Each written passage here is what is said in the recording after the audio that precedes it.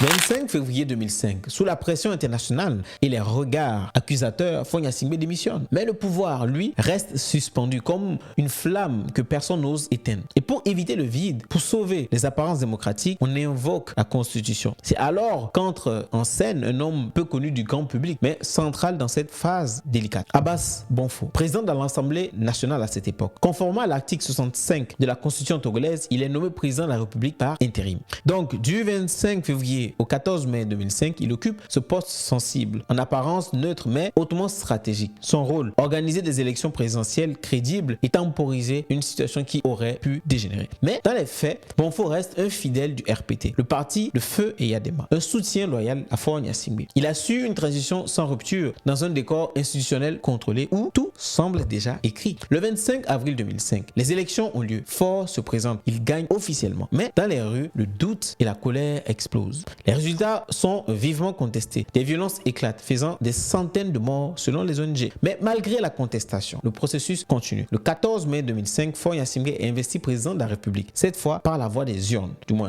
en apparence. Abass Bonfo quitte la présidence aussi discrètement qu'il y était entré. Mais il restera dans l'histoire comme le maillon institutionnel qui permet au système Gnassingbé de reprendre officiellement le pouvoir sans coup d'État, sans interruption.